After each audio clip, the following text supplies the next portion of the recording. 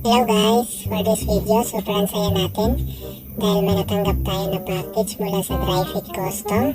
Let's go for unboxing! Wow! Binigyan tayo ng 10 pieces na sticker mula sa Drifit Custom. Wow! Another 10 pieces stickers. And lock bags, 10 pieces. Wow! Ang ganda ng design.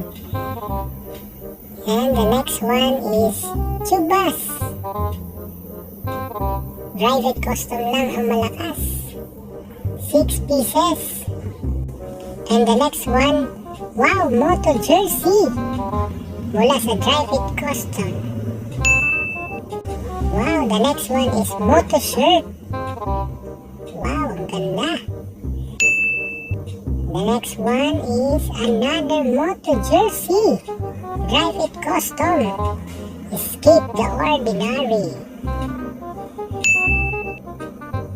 The next one is, wow, another moto shirt. Yay! Dalawa na ang moto shirt natin. And the next one, wow! 3 pieces pala na moto shirt. Thank you, Drifit Custom.